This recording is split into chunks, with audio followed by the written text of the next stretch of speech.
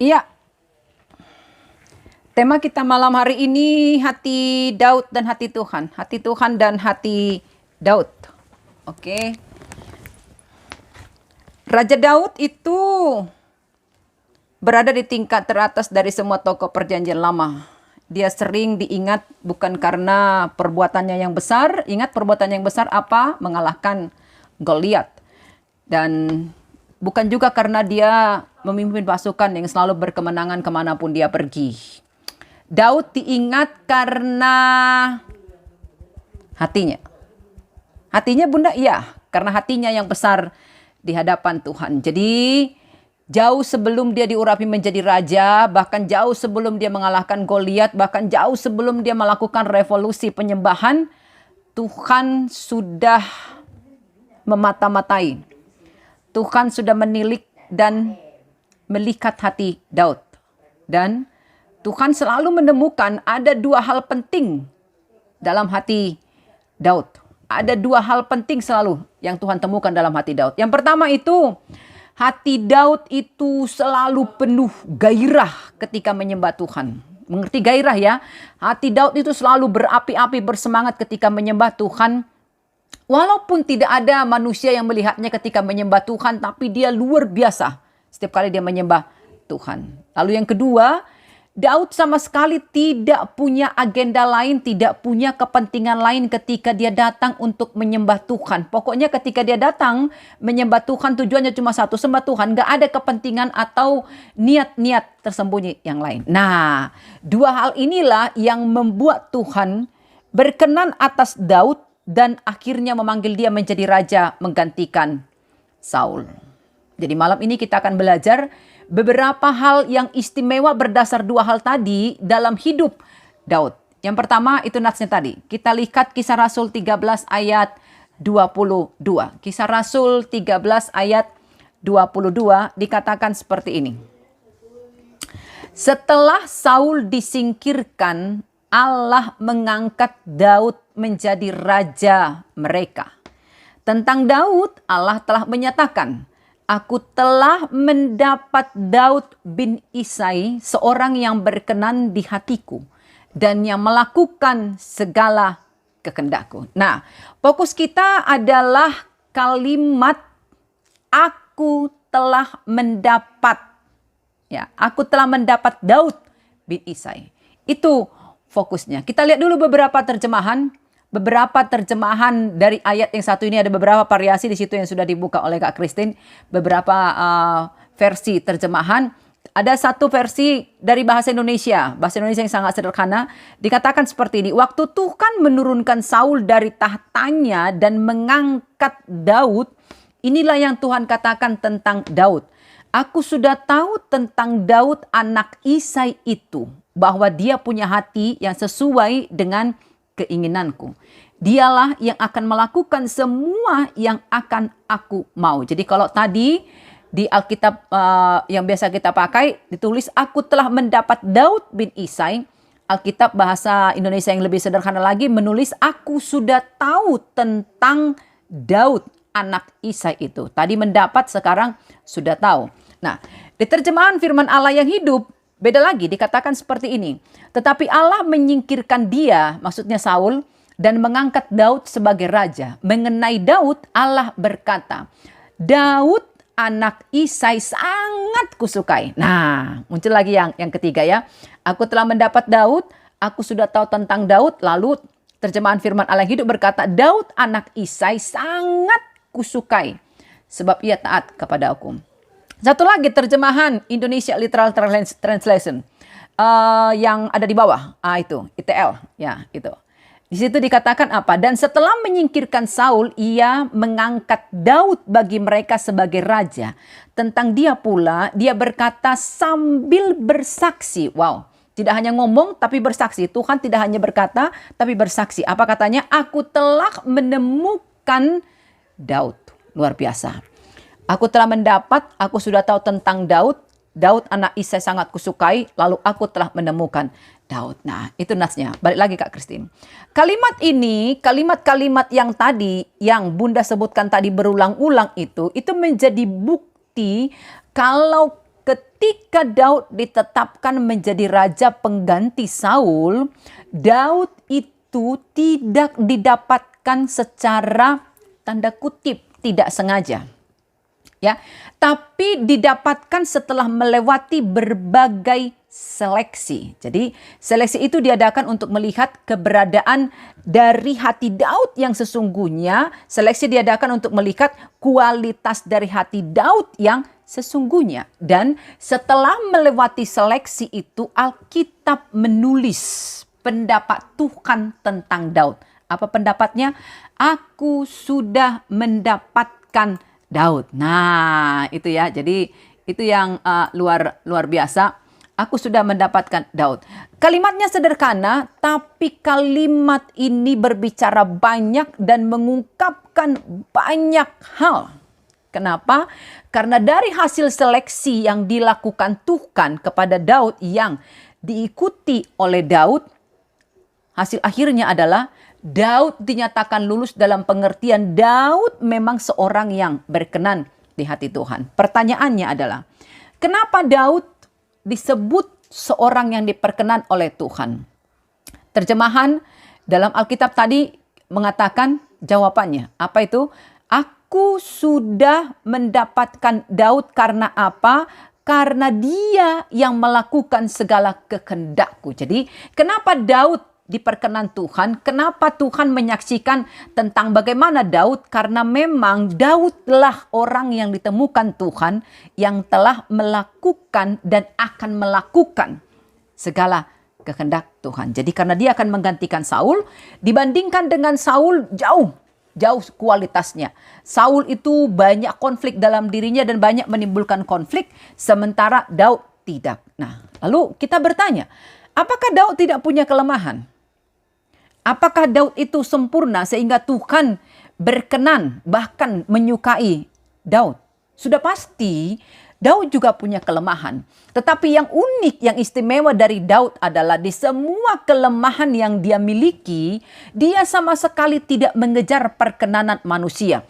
Dalam kelemahannya dia selalu mengejar perkenanan Tuhan dan Tuhan memulihkan kelemahan Daud. Jadi kalau kalian masih ingat dari zaman sekolah minggu cerita-cerita tentang Daud, bagaimana dia jatuh ke dalam dosa, perzinahan dan sebagainya, ya. Di semua kelemahan yang dia miliki itu dia tidak pernah mengejar perkenanan hati manusia, tapi perkenanan hati Tuhan. Hal itulah yang membuat Tuhan memulihkan dia dari kelemahan dan kesalahannya. Jadi kalau kita melihat track recordnya Daud ini, dari kondisi dia paling rendah bahkan di kondisi dia paling tinggi, dari kondisi dia berada di puncak karirnya sebagai raja yang sangat termasyur, bahkan ketika dia betul-betul berada di bawah, yaitu kejatuhannya ke dalam dosa ketika dia membunuh Uria dan berzina dengan Batseba, tetap saja Tuhan menemukan dua hal yang Bunda sebutkan di awal tadi. Apa dua hal yang Bunda sebutkan di awal tadi? Dia selalu bergairah menyembah Tuhan. Lalu yang kedua, dia tak punya maksud tersembunyi atau agenda lain, kepentingan lain ketika dia menyembah Tuhan. Nah, di situ itu yang membuat Daud menjadi sangat-sangat istimewa. Jadi kalau kalian baca riwayatnya Daud, sebenarnya Daud itu orang yang mengalami penolakan dari orang tuanya. Daud itu ditolak oleh ayah dan ibunya. Tapi bahkan ketika dia ditolak oleh orang tuanya, ditolak sekalipun, Daud tidak berubah. Tetap saja dia fokus menyembah Tuhan, tetap saja dia fokus membawa persembahan kepada Tuhan. Dengan kata lain, Daud sama sekali tidak mau terjebak di luka yang dia alami karena dia ditolak oleh orang tuanya. Jadi kalau zaman dulu misalkan ada orang membawa korban persembahan, itu selalu biasanya terkait dengan dosa. Tapi Daud tidak, sama sekali tidak seperti itu. Setiap kali Daud membawa persembahan, itu sama sekali tidak terkait dengan dosa, tapi dengan pujian. Ya, dengan pujian. Bukan berarti dia tidak punya kesalahan, tetapi dalam kondisi dia paling rendah sekalipun, di titik nadir sekalipun, dia tetap memuji Tuhan. Itu yang luar biasa dari dari Daud ini. Nah, kalau kita bandingkan dengan zaman sekarang, Tuhan sangat-sangat mencari orang yang seperti Daud. Maksudnya Bunda seperti apa? Tuhan mencari orang yang ketika berada di puncak karir sekalipun atau sedang berada di titik nadir dari kehidupannya, tapi dia tetap fokus pada Tuhan. Fokus menyembah Tuhan. Dan sangat-sangat langka orang yang seperti itu, karena biasanya kita ya, kalau dikasih tugas, dikasih jabatan, baru sungguh-sungguh bertuhan. Begitu dikasih masalah, langsung putar haluan mencari ilmu selamat.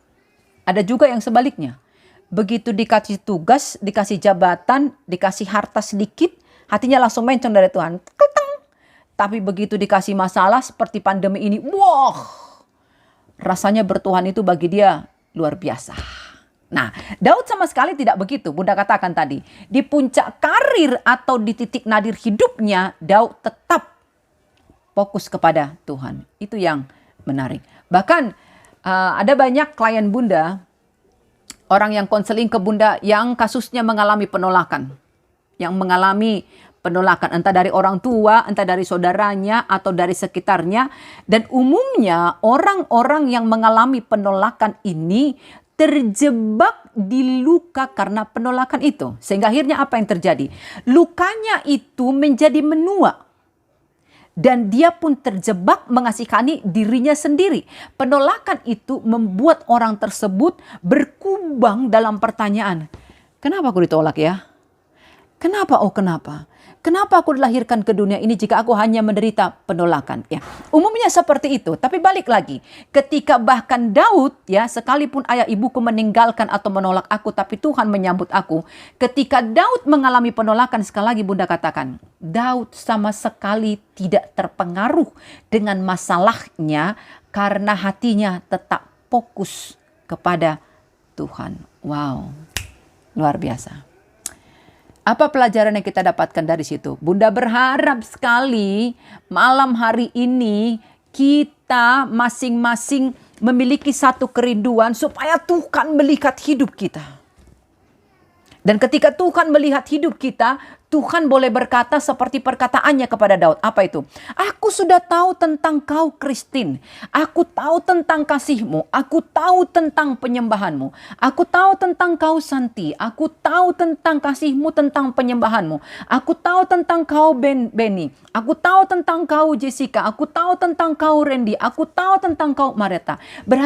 Berharapnya Bunda, ya, Tuhan mengatakan seperti itu kepada kita karena Dia melihat. Entah kita di zona nyaman atau tidak nyaman, entah kita di kondisi yang baik-baik saja atau di kondisi yang sedang sangat susah, hati kita tidak tergoyah. Kita tetap fokus, kita tetap bergairah, kita tetap bersemangat memuji Tuhan. Tak peduli dengan semua kesusahan, tak peduli dengan semua kenyamanan yang ada. Satu hal yang sangat penting yang mau Bunda katakan kepada kita malam ini, teman-teman. Ketika Tuhan melihat kesungguhan hati kita, melakukan setiap pujian dan penyembahan kepadanya, apapun situasi dan kondisinya. Jadi, artinya begini, kadangkala kita anak-anak Tuhan ini, orang Kristen ini terjebak di kebiasaan seperti ini.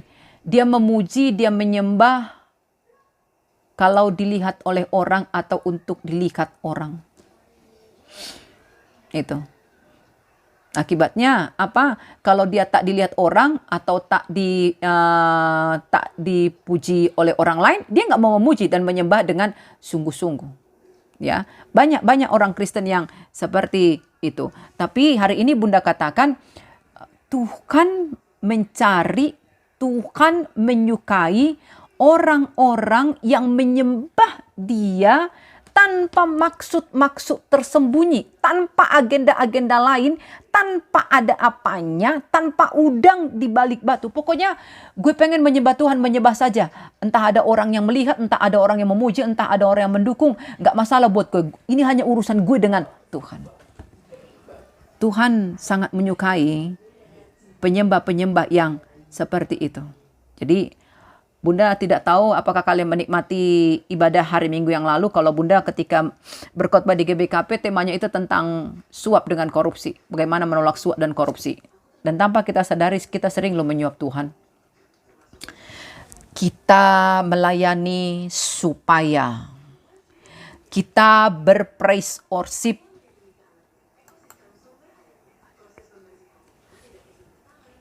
supaya ya kita memberikan persembahan supaya akhirnya apa yang terjadi? Kita seperti kebanyakan orang menyuap Tuhan. Ada agenda yang tersembunyi di kegiatan, di ritual yang kita kerjakan. Tapi Daud sama sekali tidak seperti itu. Maka Bunda berharap malam hari ini kita menjadi orang-orang yang terus-menerus melakukan penyembahan kita kepada Tuhan, melakukan pujian kita kepada Tuhan. Terserah kita dilihat orang, terserah kita diperhitungkan orang, terserah kita diterima oleh orang lain, entah apapun respon orang lain kepada kita, entah menerima atau tidak, memuji atau tidak, memberikan perhatian atau tidak, hati kita tetap fokus kepada Tuhan. Itu yang luar biasa. Lalu yang kedua yang mau kita lihat yang istimewa dalam diri Daud adalah masalah singa dan beruang. Apa itu Bunda masalah singa dan beruang? Bunda akan baca dulu 1 Samuel 17 ayat 33 sampai 37. Saul berkata kepada Daud, "Tidak mungkin engkau dapat menghadapi orang Filistin itu untuk melawan dia, sebab engkau masih muda, sedang dia sejak dari masa mudanya telah menjadi prajurit." Tetapi Daud berkata kepada Saul, "Hambamu ini biasanya menggembalakan kambing domba ayahnya. Apabila datang singa atau beruang yang menerkam seekor domba dari kawanannya, maka aku mengejarnya, menghajarnya dan melepaskan domba itu dari mulutnya. Kemudian apabila ia berdiri menyerang aku, maka aku menangkap janggutnya lalu menghajarnya dan membunuhnya. Baik singa maupun beruang telah dihajar oleh hambamu ini. Dan orang Filistin yang tidak bersunat itu, ia akan sama seperti salah satu daripada binatang itu, karena ia telah mencemooh barisan daripada Allah yang hidup. Pula kata Daud, Tuhan yang telah melepaskan aku dari cakar singa dan cakar beruang, dia juga akan melepaskan aku dari tangan orang Filistin itu. Kata Saul kepada Daud, pergilah, Tuhan menyertai engkau. Panjang ya, tapi apa yang mau Bunda katakan dari ayat itu? Lewat dialognya dengan Daud sebelum dia mengalahkan Goliat, sebelum dia menghadapi Goliat, Daud itu sebenarnya mengatakan begini kepada Daud, ini gue, ini integritas gue, ini komitmen gue, ini tanggung jawab gue. Apa yang dipercayakan ayahku aku tanggung jawabi. Aku tuh bukan orang upahan, bukan gembala upahan. Aku bertanggung jawab penuh mempertahankan satu demi satu anak dombaku.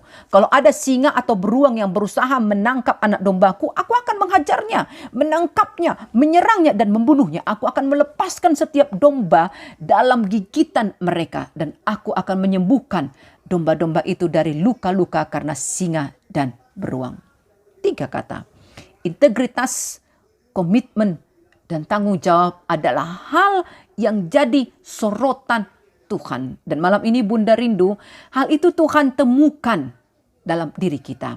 Kalau ada singa atau beruang yang muncul dalam pelayanan kita, ada singa dan beruang yang muncul dalam pekerjaan kita, mari kita tampil seperti Daud. Mempertahankan domba-domba, mempertahankan orang-orang yang dipercayakan Tuhan kepada kita. Mari kita tampil seperti Daud, bukan seperti gembala upahan. Tapi mari kita tampil sebagai orang yang dipercaya dan orang yang mempertahankan kepercayaan yang kita terima. Jangan berilmu selamat ketika kesulitan datang.